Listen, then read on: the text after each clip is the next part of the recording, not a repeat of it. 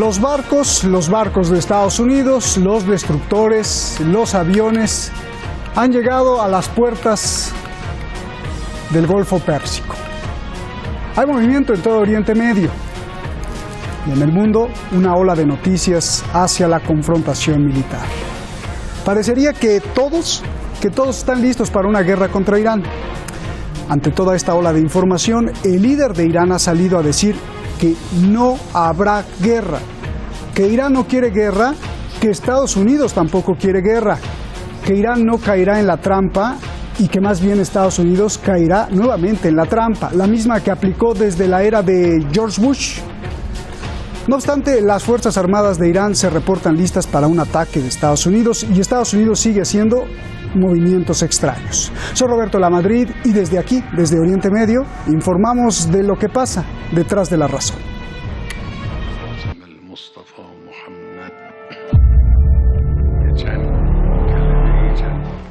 جنگی بنا نیست انجام بگیره و انجام هم نخواهد گرفت به توفیق الهی.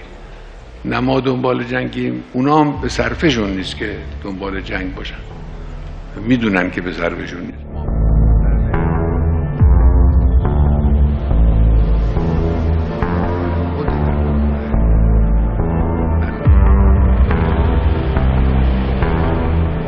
Having said that, all options are on the table. The world now faces a grave threat from the radical regime in Iran. Iran is providing material support for attacks on American troops. این برخورد اراده هاست. این رویارویی اراده هاست. اراده ما از اونها قوی تره. We have not planned for that. Hopefully we're not going to have to plan for that. That we fundamentally do not seek a war with Iran. Washington afirma que quiere negociar con Irán, pero ha previsto toda una maquinaria de sanciones y también maquinaria de guerra para amenazar a Irán. Ha mandado al Golfo Pérsico al portaaviones USS Abraham Lincoln, con un grupo de ataque compuesto por barcos, cazas y bombarderos atómicos. Y se ha hablado de que incluso quiere enviar miles de tropas a Oriente Medio. مذاکره سمه برای مذاکره ما و آمریکا تا وقتی آمریکا این نیست که الان هست. با این دولت کنونی یه سم مضاعفه. مذاکره یعنی معامله، یعنی یه چیزی بدی یه چیزی بگیری. اونی که در این معامله مورد نظر اوست درست نقاط قوت جمهوری اسلامی است. Washington dice que tiene evidencia de que Irán planea atacar a los soldados estadounidenses, evidencia que no ha mostrado. Desde el Senado hasta la gente común exigen una explicación de la actitud bélica de Donald Trump. Mr. President, this behavior is unacceptable. By refusing to provide members of Congress with critical information, this administration is blatantly disregarding the fundamental governing structures of the United States as outlined in our Constitution. America is sending its Navy to launch a potential strike in Iran because America says Iran is moving their weapons in America's direction. I must say, though, I do feel a little bit bad for Iran. Yeah, because every direction is in America's direction. Think about it. America has bases in all these neighboring nations. So no matter where you drive your missiles, you're threatening America.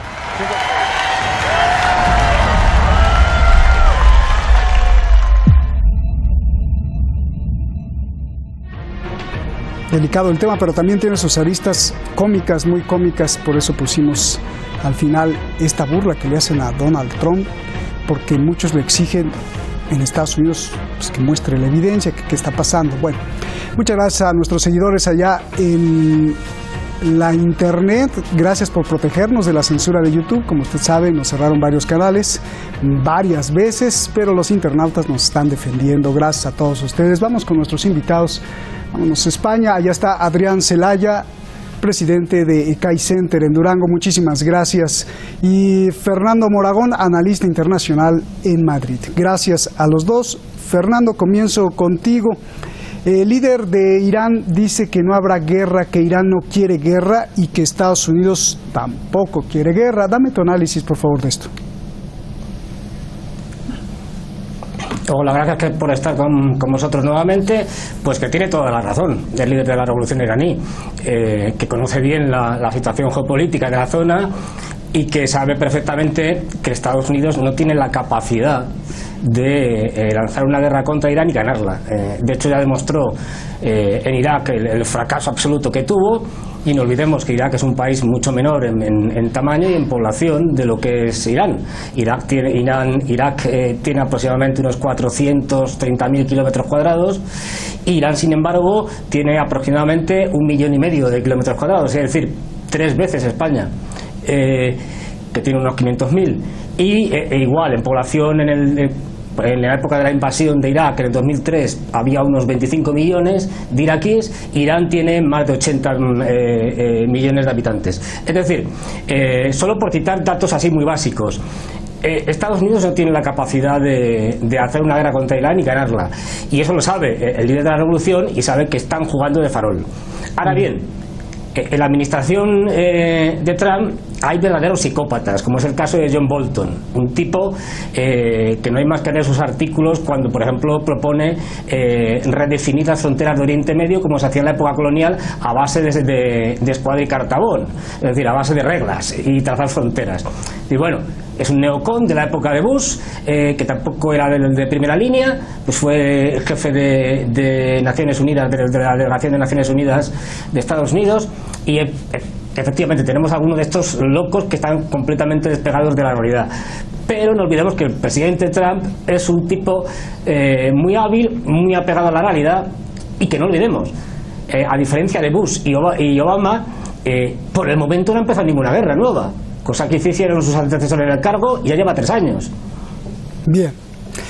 Adrián, el líder de Irán afirma que Irán no quiere guerra. Donald Trump también dice que Estados Unidos no quiere guerra, y pusimos su declaración.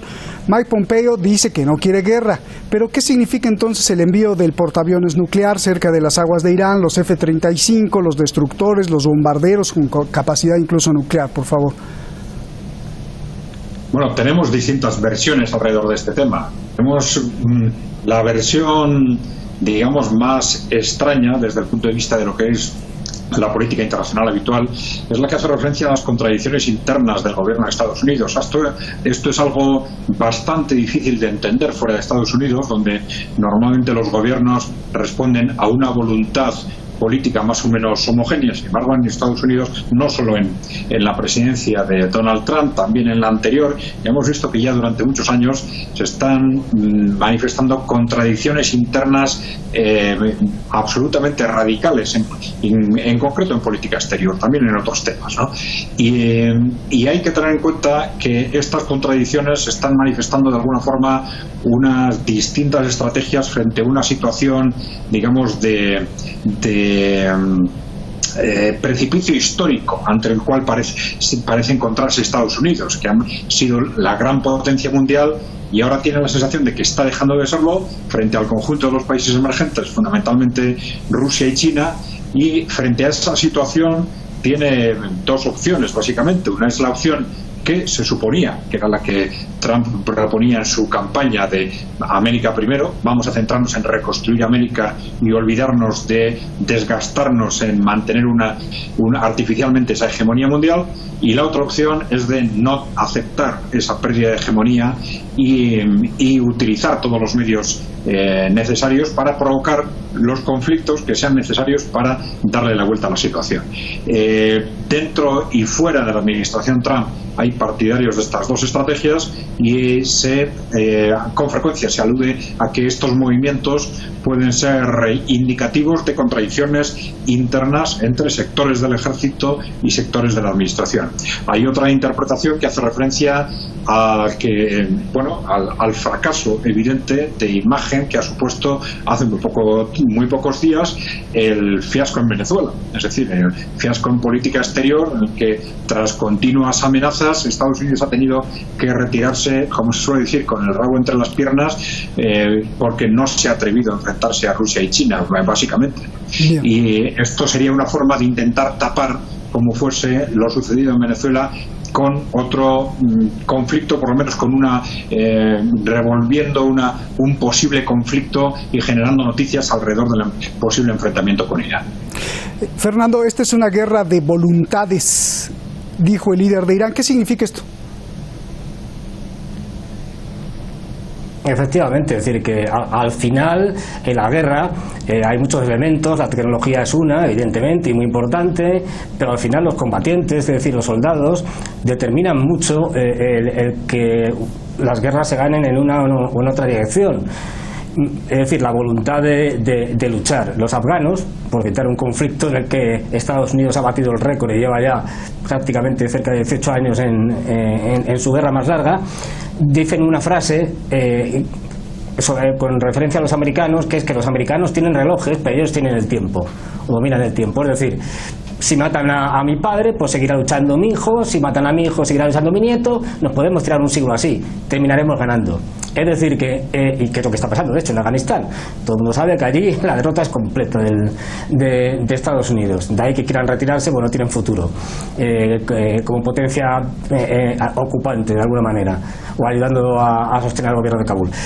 Pero efectivamente es un tema de voluntad, es decir, si al final hay una voluntad por parte del pueblo iraní, que la hay, de luchar contra una intervención extranjera, hay muchas medidas de guerra asimétrica que pueden utilizar para al final derrotar a Estados Unidos, como ha pasado, ya digo, como ha pasado en Irak, como ha pasado en Afganistán. Y no olvidemos que de haber una guerra en la región afectaría a toda la región, y ahora mismo Estados Unidos se encuentra en la peor posición histórica desde el inicio de la Revolución Islámica. No olvidemos, nada más que el inicio de la Revolución, con la caída del Shah de Persia, guerra con Irak, donde lo tenía mejor y de hecho apoyó a Irak. Es decir, luego ha tenido otras ocasiones, incluso a partir de los atentados del 11 de septiembre podía haber utilizado esos atentados para atacar Irán, y ahora mismo está en la peor de sus situaciones, con todo un arco que va desde Siria, el gobierno iraquí, que es aliado de Irán,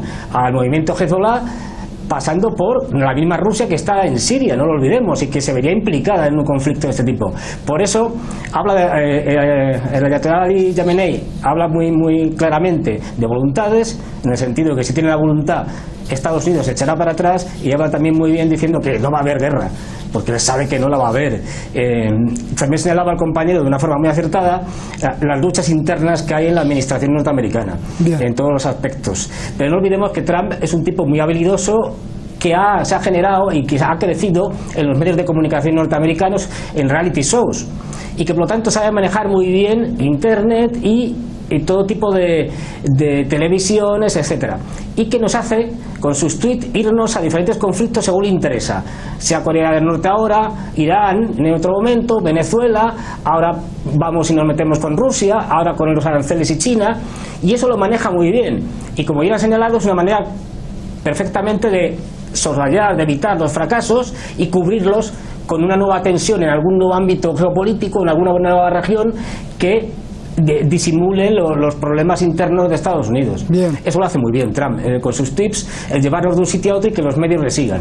Bien, Adrián, en la era de George W. Bush y después de la invasión de Irak y Afganistán, muchos decían que el siguiente en ser atacado era Irán, pero esto no pasó.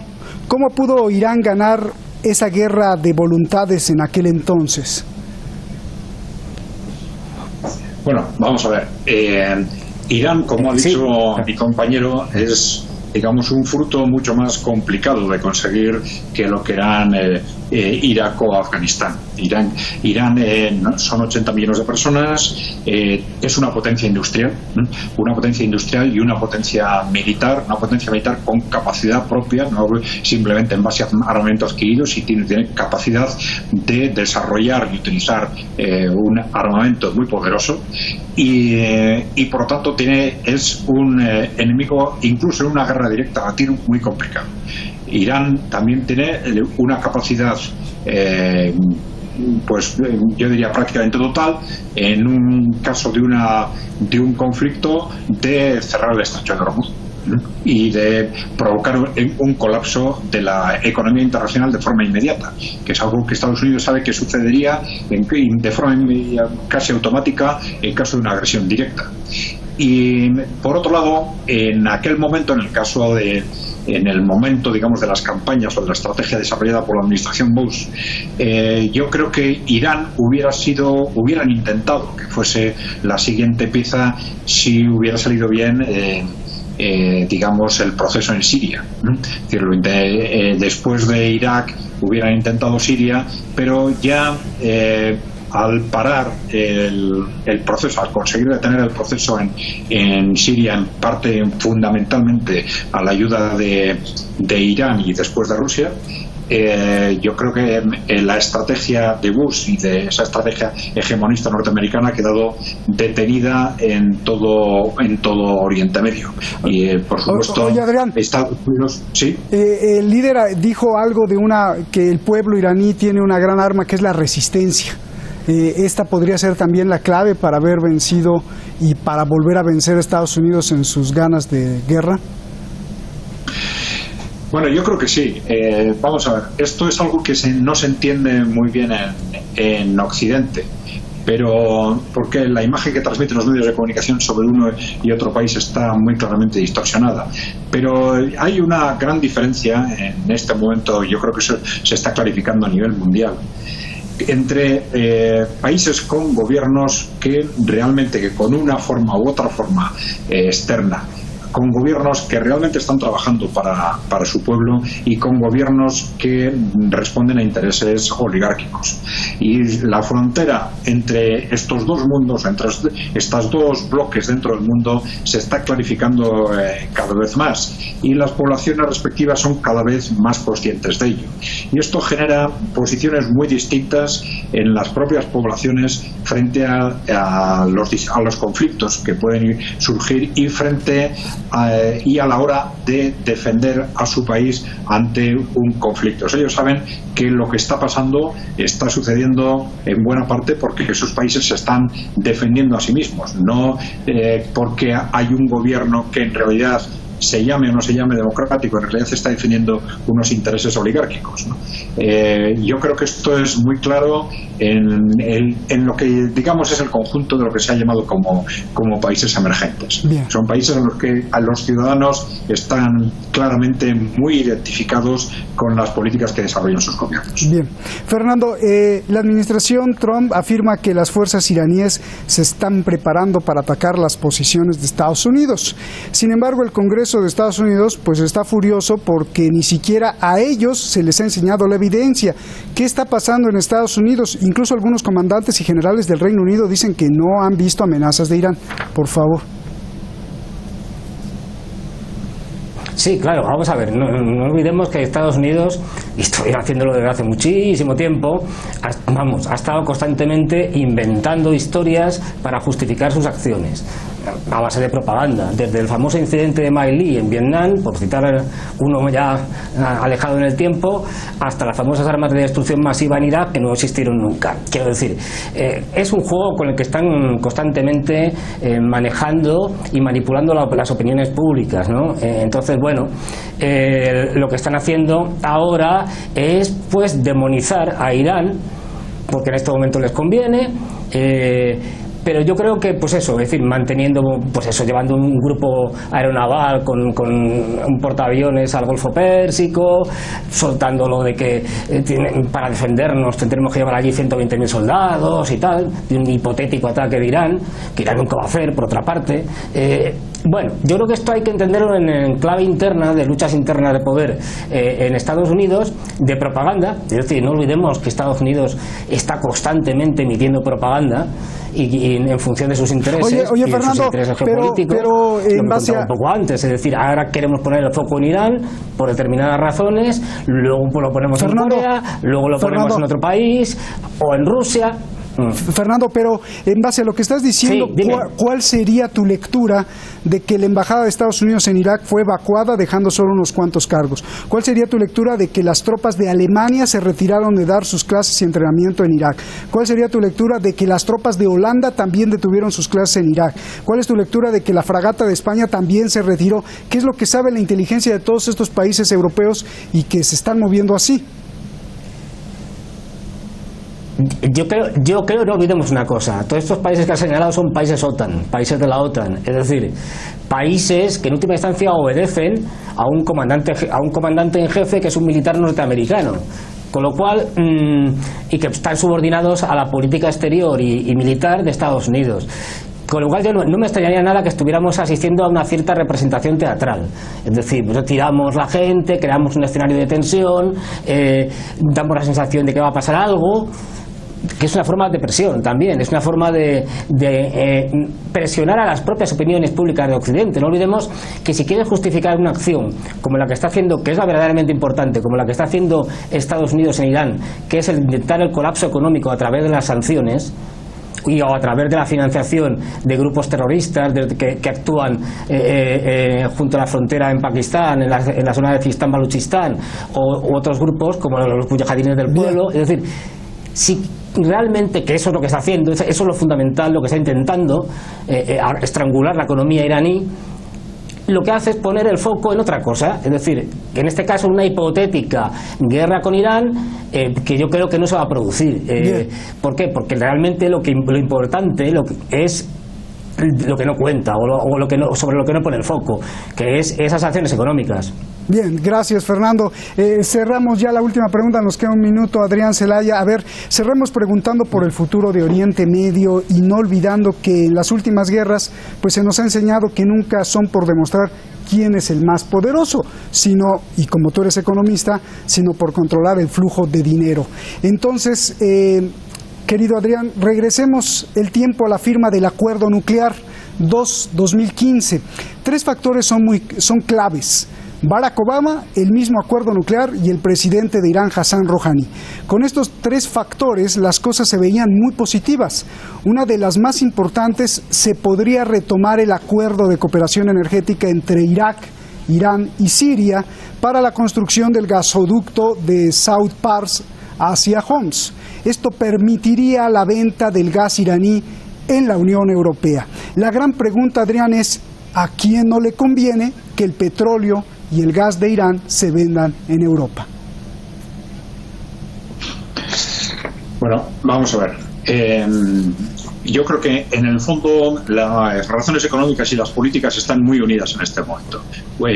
La cuestión más de fondo que tenemos sobre la mesa es esa pérdida o ese riesgo de pérdida de la hegemonía mundial de Estados Unidos o de la élite que controla Occidente a través de Estados Unidos. Y entonces ese es un riesgo político y es un riesgo económico. Entonces los factores económicos son una clave de la pérdida de hegemonía. Entonces vemos que no es casualidad que son dos de los países petroleros más importantes, productores petrolíferos más importantes del mundo, como Venezuela e Irán, con los que justo en este momento Estados Unidos ha tenido conflictos directos y amenazas directas incluso de ataque militar.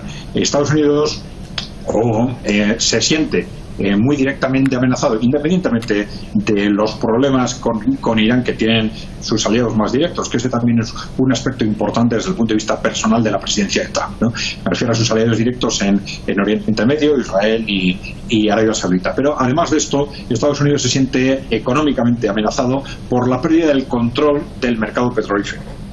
Y la pérdida de ese control tiene mucho que ver con la autonomía que han conseguido durante las últimas décadas países como Venezuela y como Irán.